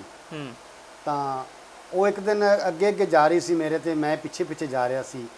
ਤਾਂ ਉੱਥੇ ਮੈਂ ਇੱਕ ਗੀਤ ਦੀਆਂ ਕੁਝ ਲਾਈਨਾਂ ਮੇਰੇ ਆਈਆਂ। ਹੂੰ ਉਹ ਗੀਤ ਮੇਰਾ ਬੜਾ ਵਧੀਆ, ਸ਼ਾਮ ਦਾ ਟਾਈਮ ਸੀ। ਹੂੰ ਉਹ ਗੀਤ ਦੀਆਂ ਕੁਝ ਤੁਹਾਨੂੰ ਲਾਈਨਾਂ ਮੈਂ ਸੁਣਾਉਣਾ ਵਾਂ। ਜ਼ਰੂਰ, ਬਹੁਤ ਬਾ ਕਮਾਲ ਗੀਤ ਹੈ। ਹੂੰ ਬਾਰਿਦਮ।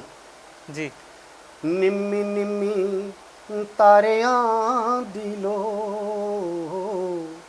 ਨਿੰਮੀ ਨਿੰਮੀ ਤਾਰਿਆਂ ਦੀ ਲੋ, ਤੈਨੂੰ ਵਾਸਤਾ ਈ ਮੇਰਾ, ਮੇਰੇ ਦਿਲ ਦੇ ਆ ਮਹਿਰਮਾ, ਤੈਨੂੰ ਵਾਸਤਾ ਈ ਮੇਰਾ, ਮੇਰੇ ਦਿਲ ਦੇ ਆ ਮਹਿਰਮਾ, ਕੁਝ ਚਿਰ ਹੋਰ ਖਲੋ, ਹੂੰ ਨਿੰਮੀ ਨਿੰਮੀ ਤਾਰਿਆਂ ਦੀ ਲੋ,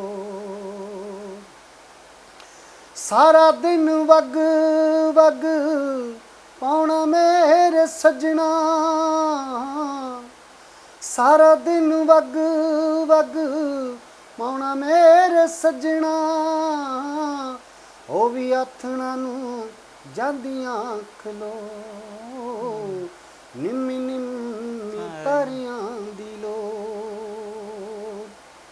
ਹੋਰ ਸਾਡੇ ਨਾਲ ਵੇ ਤੂੰ ਕਰਨਾ ਵਧੀਕੀਆਂ, ਹੋਰ ਸਾਡੇ ਨਾਲ ਵੇ ਤੂੰ ਕਰਨਾ ਵਧੀਕੀਆਂ, ਫੁੱਲਾਂ ਕੋਲੋਂ ਮਹਿਕ ਨਾਲ ਕੋ, ਨਿੰਮੀ ਨਿੰਮੀ ਤਾਰਿਆਂ ਦੀ ਲੋ, ਅਸੂਮਾਂ ਦੀ ਰੁੱਤ ਵੇ ਸੁਹਾਵੜੀ,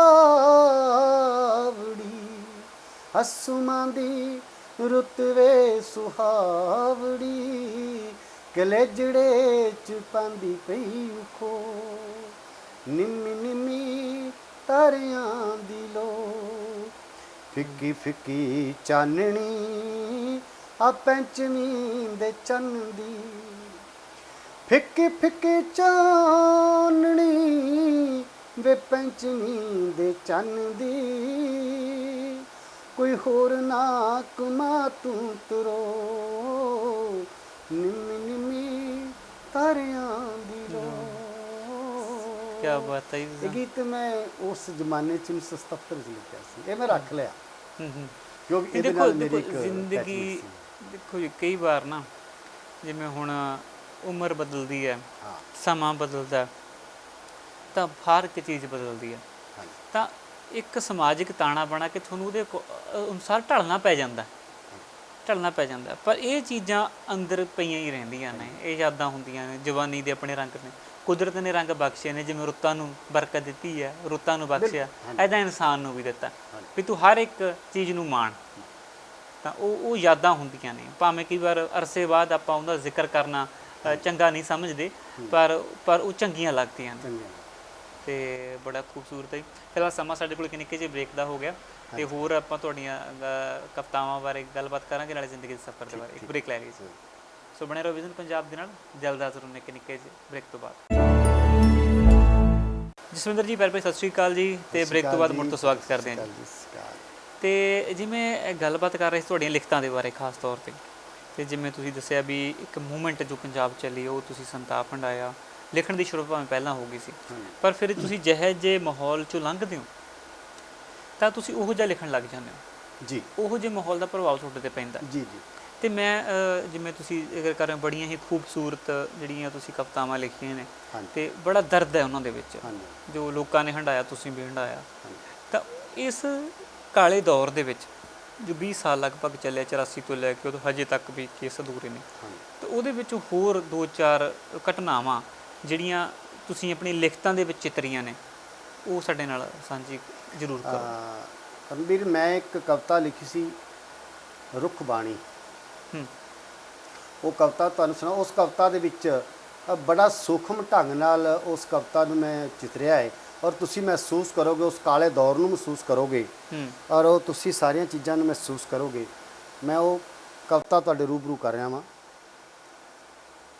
ਤੂੰ ਰਵਾਬ ਛੇੜ, ਤੂੰ ਰਵਾਬ ਛੇੜ, ਤਿੜਕੇ ਗਿਰਾਂ ਵਸਾਈਏ। ਕਾਲੇ ਦੌਰ ਦੀ ਗੱਲ ਹੈ। ਤੂੰ ਰਵਾਬ ਛੇੜ, ਤਿੜਕੇ ਗਿਰਾਂ ਵਸਾਈਏ, ਉਦਾਸ ਮਨੋਂ ਵੀ ਗਾਈਏ ਹਰ ਹਾਲਤ ਵਿੱਚ। ਤੂੰ ਰਬਾਬ ਛੇੜ, ਚੁੱਪ ਦੇ ਜੰਦਰੇ ਟੁੱਟਣ,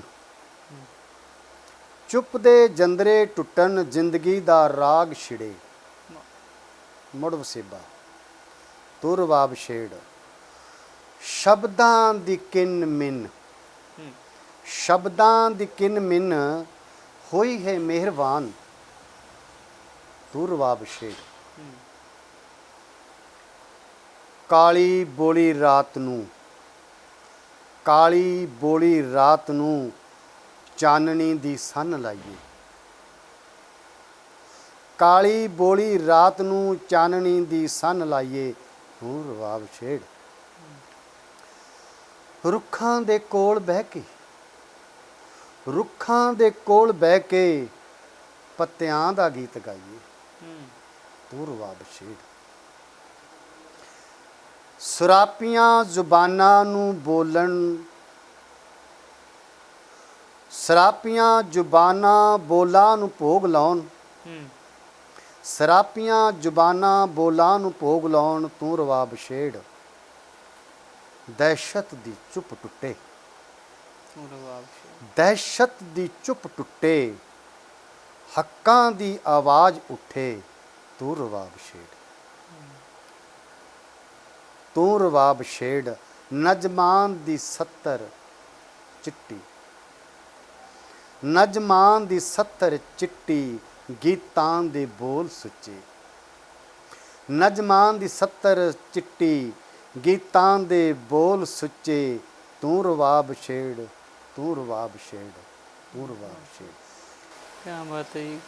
ਰਬਾਬ ਦਾ ਤਾਂ ਕੌਮ ਦੇ ਨਾਲ ਕਿੰਨਾ ਗੂੜਾ ਸੰਬੰਧ ਹੈ। ਉਹ ਬਾਬੇ ਨਾਨਕ ਨੇ ਰਬਾਬ ਵਜਾਈ ਤਾਂ ਸੁੱਤੀਆਂ ਕਲਾਂ ਜਗਾਤੀਆਂ। ਸੁੱਤੀਆਂ ਕੀ ਕੁਝ ਜਿੱਥੋਂ ਉਸ ਦਹਿਸ਼ਤ ਦੇ ਵਿੱਚੋਂ ਇਹ ਕਵਿਤਾ ਉਪਜੀ। ਔਰ ਤੁਸੀਂ ਬਾਕਮਾਲ ਇਹ ਕਵਿਤਾ ਦੇ ਵਿੱਚ ਜਿਹੜਾ ਕਦੇ ਮੈਂ ਵੀ ਮਤਲਬ ਕਿ ਮੈਂ ਲਿਖੀ, ਪਰ ਮੈਂ ਅੱਜ ਤੱਕ ਇਹਦੇ ਅਰਥਾਵਲੀ ਨਹੀਂ ਕਰ ਪਾਇਆ। ਸੱਚ ਸੁੰਦਰ ਜੀ, ਤੁਸੀਂ ਲਿਖਤਾਂ ਕਰਦੀਆਂ ਲਿਖਦੇ ਹੋ, ਪਰ ਕਿਤਾਬ ਦਾ ਰੂਪ ਬਣਨ 'ਚ ਬੜਾ ਵਕਤ ਲੱਗ ਗਿਆ। ਕਰਮਵੀਰ, ਵਜ੍ਹਾ ਕੀ ਹੈ? ਤੁਹਾਡਾ ਸਵਾਲ ਬੜਾ, ਕਿਉਂਕਿ ਲੋਕੀ ਤੇ 10 ਕਵਿਤਾਵਾਂ ਲਿਖ ਕੇ ਕਿਤਾਬ ਛਪਾ ਲੈਂਦੇ ਨੇ, ਪਰ ਮੇਰੇ 'ਚ ਆਰਥਿਕ ਕੋਈ ਇੱਕ ਜ਼ਮਾਨਾ ਸੀ ਮੇਰੇ ਕੋਲ ਆਰਥਿਕ ਸਮਰੱਥਾ ਜਿਹੜੀ ਮੇਰੀ ਬਹੁਤ ਡਾਵਾਂਡੋਲ ਹੋ ਗਈ ਤੇ ਮੈਂ ਉਸ ਦੌਰ 'ਚ ਜਿਹੜੇ ਨਿਕਲਿਆ ਤੇ ਕਈ ਸਾਲ 10-12 ਸਾਲ ਫਿਰ ਮੈਂ ਲਿਖਿਆ ਨਹੀਂ, ਫਿਰ ਇੱਧਰ ਮੈਂ ਧਿਆਨ ਵੀ ਨਹੀਂ ਸੀ ਦਿੱਤਾ। ਤਾਂ ਫਿਰ ਮੇਰੇ ਬੱਚੇ ਜਵਾਨ ਹੋ ਗਏ, ਮੈਂ ਬੇਰੁਜ਼ਗਾਰ ਸੀ, ਕੰਮ ਹੈ ਨਹੀਂ ਸੀ। ਤਾਂ ਉਹ ਬੇਰੁਜ਼ਗਾਰੀ 'ਚ ਮੇਰੇ 2 ਬੇਟੀਆਂ 1 ਬੇਟਾ ਸੀ, ਘਰ ਦਾ ਕੰਮ ਚਲਾਉਣਾ, ਤਾਂ ਕਿਤਾਬ ਤੇ 15-20 ਹਜ਼ਾਰ ਰੁਪਈਆ ਲੱਗਦਾ ਸੀ, ਮੈਂ ਉਹ ਨਹੀਂ ਸੀ ਕਰ ਸਕਦਾ। ਸੋ ਇਸ ਕਰਕੇ ਹੁਣ ਮੈਂ ਸਮਰੱਥ ਹਾਂ। ਸੋ ਹੁਣ ਮੈਂ ਕਿਉਂਕਿ ਲੋਕਾਂ ਨੇ ਉਸ ਕਾਲੇ ਦੌਰ 'ਚ ਪੈਸਾ ਵੀ ਬੜਾ ਇਕੱਠਾ ਕੀਤਾ ਹੈ, ਪਰ ਅਸਾਂ ਗਵਾਇਆ ਹੀ ਹੈ। ਅਸੀਂ ਉਹ ਪੈਸਾ ਜਿਹੜਾ ਸੀ ਉਹ ਅਸੀਂ ਨਹੀਂ ਧਿਆਨ ਸਾਡਾ ਤਾਂ ਮੂਵਮੈਂਟ 'ਤੇ ਧਿਆਨ ਸੀ। ਮੂਵਮੈਂਟ 'ਚ ਹਟ ਕੇ ਫਿਰ ਅਸੀਂ ਜਦੋਂ ਮੈਨੂੰ ਪਤਾ ਲੱਗਾ ਕਿ ਹੁਣ ਮੂਵਮੈਂਟ ਜਿਹੜੀ ਹੈ ਸਹੀ ਰਸਤੇ 'ਤੇ ਨਹੀਂ ਚੱਲ ਰਹੀ ਤਾਂ ਮੈਂ ਕਿਨਾਰਾ ਕਰ ਗਿਆ। ਸੀ ਗੱਲ ਇਹੀ ਕਰਕੇ ਤੇ ਚੀਜ਼ ਬਦਨਾਮ ਹੋਈ ਆ ਕਿ ਉਹ ਦੌਰ ਦੇ ਵਿੱਚ ਜੋ ਖੜਕੂਵਾਦ ਸੀ ਉਹਦੇ ਵਿੱਚ ਕਈ ਲੋਕਾਂ ਨੇ ਇਹ ਨਾਂ ਲੈ ਕੇ ਘਰ ਦੇ ਲਈ ਬੜੀਆਂ ਲੁੱਟਾਂ ਖੋਹਾਂ ਕੀਤੀਆਂ ਨੇ। ਹਾਂਜੀ, ਪਰ ਕਿਤੇ ਨਾ ਕਿਤੇ ਇਲਜ਼ਾਮ ਪੁਲਿਸ ਪ੍ਰਸ਼ਾਸਨ 'ਤੇ ਵੀ ਲਾਇਆ ਜਾਂਦਾ ਕਿ ਉਹਨਾਂ ਨੇ ਇਸ ਮੂਵਮੈਂਟ ਨੂੰ ਬਦਨਾਮ ਕਰਨ ਦੇ ਲਈ ਆਪਣੇ ਲੋਕ ਵਿੱਚ ਵਾੜੇ, ਉਹਨਾਂ ਤੋਂ ਇਹ ਕ੍ਰਾਈਮ ਕਰਵਾਏ ਤੇ ਇਹਨਾਂ ਨੂੰ ਬਦਨਾਮ ਕੀਤਾ ਤਾਂ ਜੋ ਲੋਕਾਂ ਦੀ ਜਿਹੜੀ ਉਹਨਾਂ ਨਾਲ ਹਮਦਰਦੀ ਆ ਉਹ ਘਟ ਜਾਵੇ ਤੇ ਇਹ ਖਤਮ ਹੋ ਜਾਵੇ। ਕਿਰਨਵੀਰ, ਤੁਹਾਡਾ ਸਵਾਲ ਬਹੁਤ ਮਹੱਤਵਪੂਰਨ ਹੈ। ਜਦੋਂ ਕੋਈ ਲੜਾਈ ਲੱਗਦੀ ਹੈ ਨਾ, ਸਰਕਾਰਾਂ ਨਾਲ ਲੜਾਈ ਲੱਗਦੀ ਹੈ, ਤਾਂ ਸਰਕਾਰਾਂ ਕੋਲ ਬਹੁਤ ਤਾਕਤ ਹੁੰਦੀ ਹੈ, ਉਹਨਾਂ ਕੋਲ ਸਿਸਟਮ ਹੁੰਦਾ ਹੈ, ਹਰ ਇੱਕ ਤਾਕਤ ਉਹਨਾਂ ਕੋਲ ਹੁੰਦੀ ਹੈ। ਫਿਰ ਉਹ ਕ੍ਰਿਮੀਨਲ ਬੰਦੇ ਲੱਭਦੇ ਨੇ ਕਿ ਸਹੀ ਦਿਸ਼ਾ ਜਿਹੜਾ ਬੰਦਾ ਜਾ ਰਿਹਾ ਉਹਨੂੰ ਕਿਵੇਂ ਭਟਕਾਇਆ ਜਾਏ। ਉਹਦੇ ਵਿੱਚ ਪੁਲਿਸ ਵੀ ਕ੍ਰਾਈਮ ਕਰਦੀ ਹੈ, ਪੁਲਿਸ ਵੀ ਕ੍ਰਾਈਮ ਕਰਾਉਂਦੀ ਹੈ, ਕੁਝ ਲੋਟੂ ਟੋਲਾ ਵਿੱਚ ਰਲ ਜਾਂਦਾ ਹੈ, ਕੁਛ ਉਸ ਨੂੰ ਮੂਵਮੈਂਟ ਨੂੰ ਬਦਨਾਮ ਕਰਨ ਵਾਸਤੇ ਸਾਰਾ ਕੁਝ ਹੋ ਜਾਂਦਾ ਹੈ। ਇਸ ਵੀ ਦੌਰ 'ਚ 4 ਮੂਵਮੈਂਟਾਂ ਚੱਲੀਆਂ। ਇੱਕ ਤਾਂ ਉਹ ਜਿਹੜਾ ਲੋਟੂ ਟੋਲਾ ਸੀ ਉਹਨਾਂ ਨੇ, ਇੱਕ ਨਿੱਜੀ ਦੁਸ਼ਮਣੀਆਂ ਨੇ, ਇੱਕ ਸਰਕਾਰ ਤਾਂ ਇੱਕ ਖੁਫੀਆ ਏਜੰਸੀਆਂ ਦਾ ਤੰਤਰ। ਤੁਸੀਂ ਵੇਖੋ ਅੱਜ ਜਿਹੜਾ ਮੋਦੀ ਦਾ ਖਾਸਮ ਖਾਸ ਹੈ, ਦੂਜੇ ਦਾ ਸ਼ਾਹ ਦਾ ਖਾਸਮ ਖਾਸ ਹੈ, ਅਮਿਤ ਸ਼ਾਹ ਦਾ ਖਾਸਮ ਖਾਸ ਹੈ ਅਜੀਤ ਡੋਵਾਲ, ਉਹ ਕਦੇ ਹਰਿਮੰਦਰ ਸਾਹਿਬ 'ਚ ਬਹਿ ਕੇ ਸਾਰੀ ਮੂਵਮੈਂਟ ਨੂੰ ਅੰਜਾਮ ਦਿੰਦਾ ਰਿਹਾ। 1988 ਵਾਲਾ ਆਪਰੇਸ਼ਨ ਬਲੈਕ ਥੰਡਰ ਹੋਇਆ, ਉਹ ਇਸ ਬੰਦੇ ਨੇ ਕਰਵਾਇਆ ਸੀ। ਇਹ ਬੰਦਾ ਅੰਦਰ ਬੈਠਾ ਸੀ, ਇਹ ਬੰਦਾ ਅੰਦਰੋਂ ਬੰਦੇ ਘੱਲਦਾ ਸੀ, ਤਾਂ ਉਹ ਬੰਦੇ ਬਾਹਰ ਹਿੰਦੂ ਜੈਂਟਲਮੈਨ ਜਾਂ ਦੁਕਾਨਾਂ 'ਤੇ ਜਾਂ ਦੇਖੋ ਖਾੜਕੂ ਬਹੁਤ ਗਿਣਤੀ ਦੇ ਘੱਟ ਸਨ। ਉਹ ਇੰਨੇ ਨਹੀਂ ਸਨ ਕਿ ਉਹ ਸ਼ਰੇਆਮ ਬੰਦੂਕਾਂ ਲੈ ਕੇ ਚੁੱਕੀ ਫਿਰਨ ਅਤੇ ਬੰਦੇ ਮਾਰ ਦਿੰਦੇ, ਇੱਦਾਂ ਨਹੀਂ ਸੀ। ਕਮਾਂਡੋ ਦਾ ਇੱਕ ਮਤਲਬ ਹੁੰਦਾ ਕਿ ਐਕਸ਼ਨ ਕਰੋ ਅਤੇ ਬਚ ਕੇ ਆਵੋ। ਉਹ ਮੁੱਠੀ ਭਰ ਲੋਕ ਸਨ। ਆਪਰੇਸ਼ਨ ਬਲੂ ਸਟਾਰ ਵਿੱਚ ਵੀ ਉਹੀ 150-200 ਬੰਦਾ ਸੀ, ਬਾਕੀ ਸ਼ਰਧਾਲੂ ਸਨ। ਅਤੇ ਪੂਰੇ ਪੰਜਾਬ ਵਿੱਚ ਕਦੇ ਇਸ ਤੋਂ ਵੱਧ ਗਿਣਤੀ ਵਧੀ ਹੋਈ ਨਹੀਂ ਹੈ, ਕਿ ਮੈਂ ਸਿਸਟਮ ਵਿੱਚ ਰਿਹਾ ਵਾਂ ਕਿ ਇਹ ਤੋਂ ਵੱਧ ਕਦੇ ਗਿਣਤੀ ਵਧੀ ਹੋਈ ਨਹੀਂ ਹੈ। ਪਰ ਦੂਜੇ ਲੋਕ ਇੰਨੇ ਸਨ, ਤੁਹਾਡੇ ਘਰ ਚਾਹ ਪਾਣੀ ਪੀਤਾ, ਰੋਟੀ ਖਾਧੀ, ਤੁਹਾਡੇ ਤੋਂ ਪੈਸੇ ਲਏ, ਤੁਹਾਡੇ ਹਥਿਆਰ ਲੈ ਗਏ। ਸਾਡਾ ਉਹਨਾਂ ਹਥਿਆਰਾਂ ਨਾਲ ਕੀ ਮਤਲਬ ਹੈ? ਤੇ ਹੁਣ ਕਿੰਨੀਆਂ ਤੁਸੀਂ ਜਿਹੜੀ ਪਬਲਿਸ਼ ਕਰਵਾ ਰਹੇ ਹੋ, ਤਾਂ ਕਿੰਨੀਆਂ ਇਹਦੇ ਵਿੱਚ ਕਵਿਤਾਵਾਂ ਹੈਗੀਆਂ ਨੇ? ਮੇਰੀਆਂ ਜਿਹੜੀਆਂ 2 ਕਿਤਾਬਾਂ ਨੇ ਉਹਨਾਂ 'ਚ ਕਰੀਬ ਇੱਕ 'ਚ 100 ਕੁ ਕਵਿਤਾ, ਇੱਕ 'ਚ 80-85 ਨੇ। ਤਾਂ ਇੱਕ ਮੇਰੇ ਕੋਲ ਹੋਰ ਇਹ ਖਲੜਾ ਪਿਆ ਹੋਇਆ ਹੈ, ਇਹਦੇ 'ਚ ਨੇ 80-85 ਨੇ। ਇੱਕ ਮੈਂ ਆਪਣੀ ਕਿਤਾਬ ਲਿਖ ਰਿਹਾ ਆਪਣੀ ਜੀਵਨੀ 'ਤੇ। ਠੀਕ ਹੈ। ਉਹਦਾ 300-350 ਸਫ਼ਾ ਮੈਂ ਲਿਖ ਲਿਆ। ਉਹ ਕਿਹਦੇ 'ਤੇ ਜ਼ਿਆਦਾਤਰ ਉਹਦੇ ਵਿੱਚ ਕਿਹੜੇ ਉਹ ਮੈਂ ਉਹਦੇ 'ਚ ਮੈਂ ਸਾਰੇ ਰੰਗ ਭਰੇ ਨੇ। ਠੀਕ ਹੈ, ਕਿਉਂਕਿ ਜੀਵਨੀ ਦਾ ਮਕਸਦ ਹੈ ਚਲੋ ਇਹ ਹੁੰਦਾ ਵੀ ਹਰ ਇੱਕ ਵਿਸ਼ੇ 'ਤੇ ਗੱਲ ਕੀਤੀ ਜਾਵੇ। ਮੈਂ ਮੂਵਮੈਂਟ ਦਾ ਰੰਗ ਵੀ ਮੇਰਾ ਹੈ, ਮੇਰਾ ਸਾਹਿਤ ਦਾ ਰੰਗ ਵੀ ਹੈ, ਮੇਰੇ ਕਾਰੋਬਾਰੀ ਵੀ ਰੰਗ ਨੇ, ਮੇਰੇ ਬਚਪਨ ਦਾ ਵੀ ਹੈ, ਜਦੋਂ ਮੈਂ ਮਤਲਬ ਕਿ ਉਹ ਡੰਗਰ ਚਾਰਦਾ ਹੁੰਦਾ ਸੀ ਉਹ ਵੀ ਮੇਰਾ ਹੈਗਾ ਸੀਨ ਹੈ। ਸੋ ਉਹ ਮੈਂ ਸਾਰੇ, ਔਰ ਮੈਂ ਕਿਰਨਵੀਰ ਮੈਂ ਉੱਥੇ 'ਚ ਕੁਛ ਲੁਕਾਇਆ ਨਹੀਂ। ਮੈਨੂੰ ਮੇਰੇ ਪਿਛਲੇ ਦਿਨ ਇੱਕ ਦਿਨ ਮਿੱਤਰ ਦਾ ਫੋਨ ਆ ਗਿਆ, ਨਾਲ ਹੀ ਮੈਂ ਤੁਹਾਡੇ ਕੋਲ ਲੈਣਾ, ਕਹਿੰਦਾ ਮੇਰੇ 'ਤੇ ਇੱਕ ਲਿਖ ਦੇ, ਕੁਛ ਲੇਖ ਲਿਖ ਦੇ ਮੇਰੇ ਤੋਂ, ਵੀ ਤੂੰ ਬੰਦਾ ਰਹਿ ਗਿਆ ਜਿਹਨੇ ਨਹੀਂ ਮੇਰੇ 'ਤੇ ਲਿਖਿਆ, ਬਾਕੀ ਸਾਰਿਆਂ ਨੇ ਲਿਖ ਲਿਆ। ਮੈਂ ਦੱਸਾਂ ਫਿਰ ਮੈਂ ਜੇ ਲਿਖਾਂਗਾ ਤਾਂ ਫਿਰ ਸੱਚ ਲਿਖਾਂਗਾ। ਕਹਿੰਦਾ ਨਾ ਇਹ ਨਾ ਕਰੀ। ਮੈਂ ਕਿਹਾ ਫਿਰ ਮੈਂ ਨਹੀਂ ਲਿਖਣਾ। ਕਹਿੰਦਾ ਤੂੰ ਲਿਖ ਕੇ ਦੇ ਦੇ, ਮੈਂ ਉਹਨੂੰ ਅੱਗੇ ਸ਼ਾਂਤੀ ਕਰ ਲਾਂਗਾ। ਮੈਂ ਫਿਰ ਉਹ ਮੇਰਾ ਤਾਂ ਨਾ, ਉਹ ਤਾਂ ਤੇਰਾ ਹੋ ਗਿਆ ਨਾ। ਤੇਰਾ ਹੋ ਗਿਆ। ਚਲੋ ਮੈਂ ਲਿਖਾਂਗਾ, ਮੇਰਾ ਬੜਾ ਪਿਆਰਾ ਮਿੱਤਰ ਹੈ। ਸਹੀ ਹੈ। ਤੇ ਜਸਵਿੰਦਰ ਜੀ, ਇੱਕ ਤਾਂ ਹੋਰ ਹੈ, ਤੁਹਾਡੀ ਮੈਂ ਕਲੈਕਸ਼ਨ ਦੇਖ ਰਿਹਾ ਸੀ, ਤੁਸੀਂ ਪੁਰਾਣੀਆਂ ਜਿਹੜੀਆਂ ਰਸਾਲੇ ਸੀ ਉਦੋਂ ਛਪਦੇ ਸੀ, ਉਹ ਵੀ ਬੜੇ ਪੁਰਾਣੇ ਤੁਸੀਂ ਸਾਂਭੇ ਪਏ ਨੇ। ਇਹ ਕਲੈਕਸ਼ਨ ਤੁਸੀਂ ਕਰਨ ਲੱਗ ਗਏ? ਮੇਰੇ ਕੋਲ ਇੱਥੇ ਚ ਮੈਗਜ਼ੀਨ ਪਏ ਨੇ ਜਿਨ੍ਹਾਂ ਦੀ 50-50 ਪੈਸੇ ਕੀਮਤ ਵੀ ਰਹੀ ਹੈ, ਰੁਪਈਆ ਵੀ ਹੈ ਜੀ। ਔਰ ਇਹਨਾਂ ਦੇ ਵਿੱਚ ਕਰੀਬ ਨਾਗਮਣੀ ਮੈਗਜ਼ੀਨ, ਬੜੇ ਨੀਲਮਣੀ ਬੰਦ ਹੋ ਗਿਆ, ਦ੍ਰਿਸ਼ਟੀ ਬੰਦ ਹੋ ਗਿਆ, ਆਰਸੀ ਬੰਦ ਹੋ ਗਿਆ, ਬੜੇ ਬੰਦ ਮੈਗਜ਼ੀਨ ਨੇ ਜਿਨ੍ਹਾਂ ਦਾ ਸੰਭਾਲ ਕੇ ਰੱਖੇ। ਉਹ ਮੇਰੇ ਕੋਲ, ਇਹ ਪੁਰਾਣਾ ਮਾਖਿਓ ਮੇਰੇ ਕੋਲ ਸੰਭਾਲ ਕੇ ਪਿਆ ਹੋਇਆ। ਜੀ। ਤੇ ਜਸਵਿੰਦਰ ਜੀ, ਮੈਂ ਚਾਹੂੰਗਾ ਕਿ ਆਪਾਂ ਪ੍ਰੋਗਰਾਮ ਦੀ ਸਮਾਪਤੀ ਕਰੀਏ। ਤੇ ਉਹ ਤੋਂ ਪਹਿਲਾਂ ਤੁਸੀਂ ਇੱਕ ਹੋਰ ਜਿਹੜੀ ਜੁੜੀ ਹੋਈ ਤੁਹਾਡੇ ਸ਼ਖਸੀਅਤ ਨਾਲ, ਸਮੇਂ ਦੇ ਨਾਲ, ਇੱਕ ਕਵਿਤਾ ਜ਼ਰੂਰ ਸਾਡੇ ਨਾਲ ਸਾਂਝੀ ਕਰੋ ਜੀ। ਇਨਕਲਾਬਨਾਮਾ। ਇਨਕਲਾਬਨਾਮਾ ਇਸ ਕਵਿਤਾ ਦਾ ਮੈਂ ਨਾਂ ਰੱਖਿਆ ਹੋਇਆ ਜੀ। ਇਹ ਵੀ ਰਿਲੇਟਡ ਮੇਰੀ ਸੰਘਰਸ਼ ਨਾਲ ਹੀ ਹੈ। ਉਹ ਅੱਜ ਹੀ ਮੈਨੂੰ ਫੜ ਕੇ ਲਿਆਏ ਨੇ, ਉਹ ਪੁਲਿਸ ਵਾਲੇ, ਉਹ ਅੱਜ ਹੀ ਮੈਨੂੰ ਫੜ ਕੇ ਲਿਆਏ ਨੇ ਸ਼ਹਿਰ ਦੇ ਕਿਸੇ ਵੱਡੇ ਬੁੱਚੜਖਾਨੇ, ਜਿੱਥੇ ਕੁੱਟ ਨੂੰ ਧਰਮ ਤੇ ਝੂਠ ਨੂੰ ਸੱਚ ਸਮਝਿਆ ਜਾਂਦਾ ਹੈ। ਕਾਨੂੰਨ ਜਿੱਥੇ ਬੁੱਢੇ ਢੱਗੇ ਵਾਕਨ ਜੁਗਾਲੀ ਕਰ ਰਿਹਾ ਹੈ। ਕਾਨੂੰਨ ਜਿੱਥੇ ਬੁੱਢੇ ਢੱਗੇ ਵਾਕਨ ਜੁਗਾਲੀ ਕਰ ਰਿਹਾ ਹੈ। ਅੱਧੇ ਕਾਲੇ ਅੱਧੇ ਲਾਲ ਬੂਹੇ ਪਿੱਛੇ ਮੈਨੂੰ ਕੁੱਟਿਆ ਜਾ ਰਿਹਾ ਹੈ। ਮੈਨੂੰ ਕੁੱਟਿਆ ਜਾ ਰਿਹਾ ਹੈ। ਮੇਰੇ ਤੇ ਇਲਜ਼ਾਮ ਹੈ ਕੁਝ ਕਤਲਾਂ ਦਾ ਜੋ ਮੈਂ ਕੀਤੇ ਨਹੀਂ, ਤੇ ਉਹ ਕੁੱਟਦੇ ਨੇ ਮੈਨੂੰ ਇਕਬਾਲ ਕਰਨ ਲਈ, ਤੇ ਉਹ ਇਹੀ ਆਖਦੇ ਨੇ ਤੂੰ ਤਾਂ ਮੰਨ ਜਾ, ਸਾਡੀ ਇੱਜ਼ਤ ਦਾ ਸਵਾਲ ਹੈ। ਕਾਨੂੰਨ ਕੋਲ ਮੁੱਕਰ ਜਾਣਾ, ਅਦਾਲਤ 'ਚ ਮੁੱਕਰ ਜਾਣਾ। ਸਜ਼ਾ ਤਾਂ ਤੈਨੂੰ ਕਾਨੂੰਨ ਨੇ ਦੇਣੀ ਹੈ। ਉਹਨਾਂ ਕੋਲ ਪਹਿਲਾਂ ਹੀ ਲਿਖਿਆ ਹੋਇਆ ਕਾਗਜ਼ ਫੜਿਆ ਹੋਇਆ ਹੈ, ਸ਼ਾਇਦ ਕਿਸੇ ਵੱਡੇ ਅਫਸਰ ਦਾ ਲਿਖਿਆ ਹੋਇਆ ਹੈ, ਜੋ ਅਦਾਲਤ 'ਚ ਸੱਚ ਸਮਝਿਆ ਜਾਏਗਾ। ਫਿਰ ਉਹ ਮੈਨੂੰ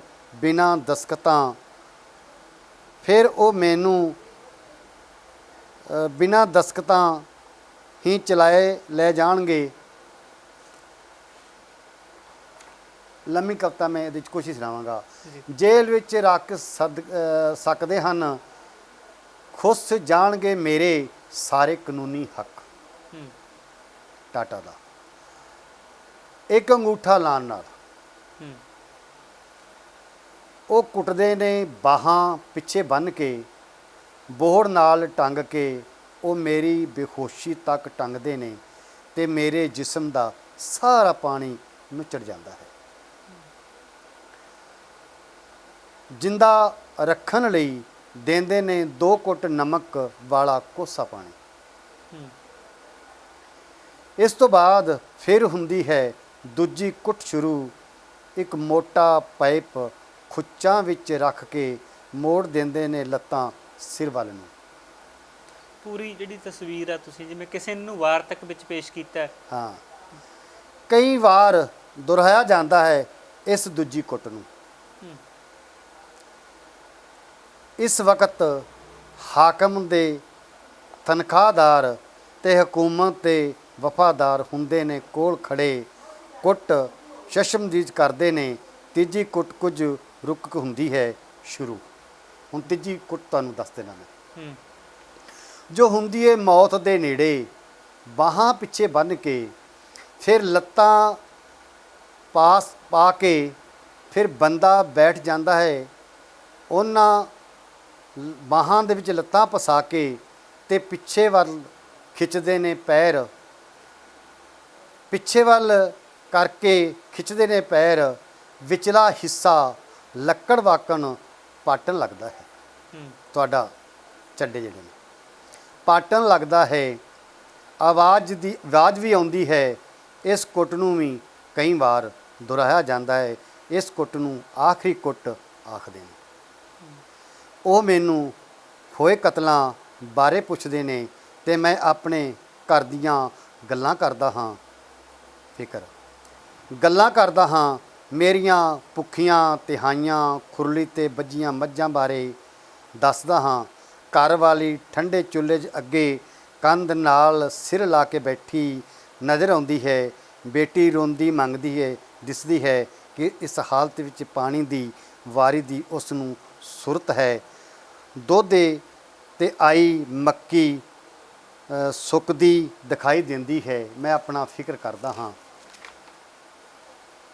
ਮੈਂ ਬੇਹੋਸ਼ੀ ਦੀ ਹਾਲਤ ਵਿੱਚ ਬੋਲੀ ਜਾ ਰਿਹਾ ਹਾਂ, ਪਰ ਕੌਣ ਸੁਣਦਾ ਹੈ ਮੇਰੇ ਫਿਕਰਾਂ ਨੂੰ। ਮੇਰਾ ਦਰਦ ਮੇਰੀ ਸੱਚ ਰਲ ਜਾਂਦੇ ਨੇ। ਕੱਲ੍ਹ ਅਖਬਾਰ 'ਚ ਛਪੇਗੀ ਇੱਕ ਵੱਡੀ ਖਬਰ, ਮੇਰੀ ਤਸਵੀਰ ਸਮੇਤ।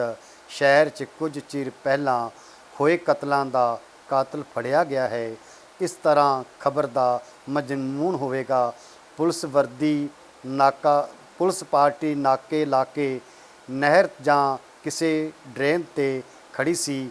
ਕੁਝ ਸ਼ੱਕੀ ਬੰਦੇ ਆਉਂਦੇ ਦਿਸੇ, ਕੁਝ ਹਨੇਰੇ ਦਾ ਫਾਇਦਾ ਲੈ ਕੇ ਭੱਜ ਗਏ, ਇੱਕ ਫੜਿਆ ਗਿਆ।